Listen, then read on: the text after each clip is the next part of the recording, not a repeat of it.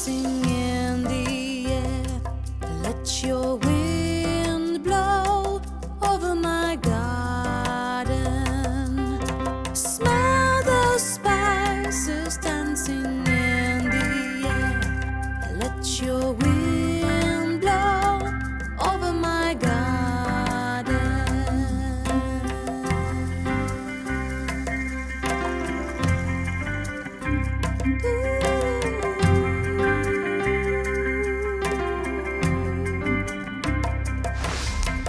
Closed is my garden, a fountain sealed, where plants are an orchard, where pleasant fruits grow. Welcome back to Christ Culture Talks. We've got teacher Dale Collins here with us. He's a teacher of the Word, and he also taught people in the corporate world for many years. And he's taught me a lot of things, how to work with diverse groups, how to create a learning environment for people to grow constantly in what they're doing.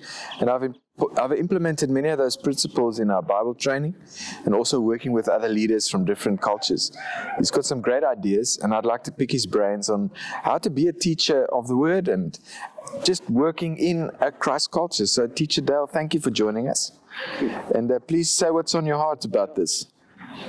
Yeah, the thing about teaching a Christ culture is we must understand that one of the first things that Jesus taught his disciples was to be meek and lowly.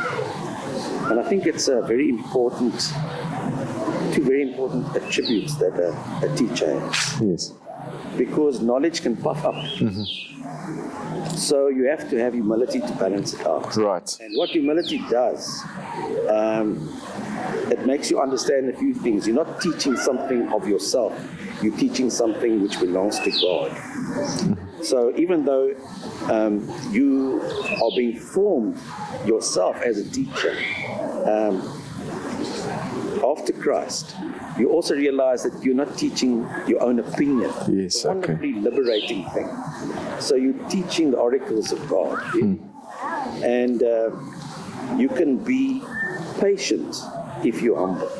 It becomes a lot easier to be patient with the learning process that the student is going through. Mm-hmm. Because if you are just relying on your ego, you run into all sorts of disappointment because, what's wrong with the student? Why is the student not learning from me? Yes. It's something I'm doing wrong. I become, a little bit insecure. Yes. But humility gives you the space and the freedom to be patient with the learning process that the student is going through. That's something pastors can think about, maybe. To expect too much from a believer as they just come into the church and they get saved. Sometimes they want to push them through the processes a bit fast, don't you think? I think so. Yeah. God has his own pace that he set out for people.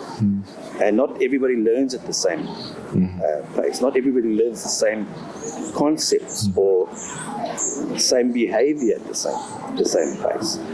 So, because God made us differently, so we have to be patient. We have got to see the learner for who God has made that learner to be, and just bear. Yeah. Bear with one another in love. That's an important thing. I think also that the teacher must also understand that he or she gets taught first. Mm-hmm. So you need to be a good learner. You must be keen to learn about God. And maybe to have an upgrade every now and then. Yes. You never stop learning. You never the complete package. Yeah. And the good thing, I think, is that people need to realize that inasmuch as Paul said we should all prophesy. Yes. As Apostolic Reformational group of a company, we are all sent ones into our workplace, into our families. We pastor. We don't necessarily have to stand in the function. Yes. But we can all teach. And I really do believe that this move can grow if people just teach what God has already showed them. And God shows us so much through our testimonies, the things that we testify. So we need to see a broader responsibility, not look at, okay, there is a teacher in the church, it's his or her responsibility to teach. I need to teach from my from my experiences and my tests. So you bring that into your witnessing as well. Yeah. Because all you need to do with your test Hello, buddy. is link it to the Word of God, Yeah. and then you've got a teaching. Yeah. So it's really not that difficult. Yes. Oh no, I'm not a teacher. Well, not in a sense of doctrine. Yes. That's kind of set, because we understand Jesus' doctrine for the church, and apostles will unlock some of those seals of understandings for the church today and deal with the difficult issues. But the general milk of the word, you need to be able to share that with somebody, and especially if you're making a disciple. Correct. And maybe we can encourage people to do that more. And teachers do receive a stricter judgment, it says in the word. That's maybe why people are a little bit standoffish, Yeah. calling themselves a teacher or becoming a teacher. That's right. But as long as there's a willingness to learn, like you said. Yes. Yes. Yeah. There needs to be a desire. God works with our desires. We come into right standing with Him because we have the desire. Yes. Which we said, Jesus, help me. Yeah. Forgive me. We have the desire to reach out to Christ. So perhaps we need to teach people how to teach more. I think that's very sound. I think that's a very good idea. So here's your parameters. You're not going to go beyond. That's it. You're not going to go crazy with your.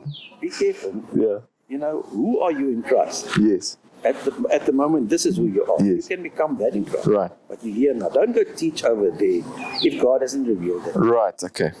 That helps me. Yeah.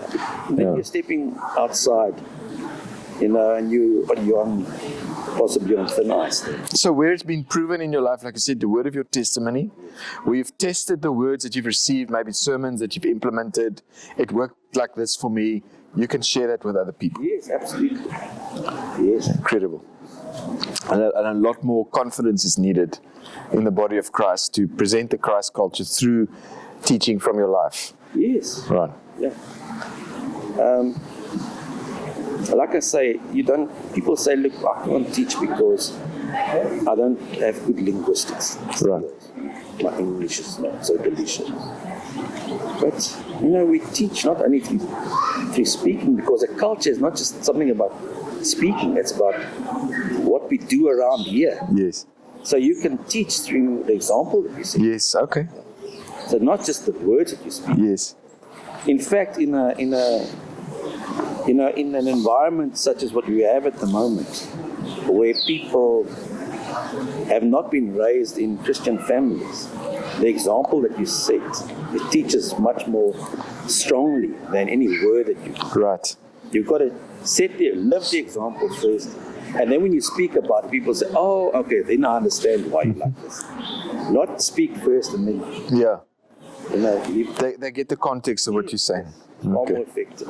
Thank you, Teacher Dale. Pleasure. It gives us a great insight into how to promote and share the Christ culture that's in a non-threatening way. It's built on relationship. It's built on sharing who you are. Thank you so much. We'd like to revisit this with you again. Anytime. And we'll see how we bring this across through the network in the Church Leaders Toolkit as well. Because we're reaching out many cultures. And there's a lot of stories. There's a lot of great stories that people can share. God bless you. Thank you, and you. Thank you for your role here. Thank you very much. Smile.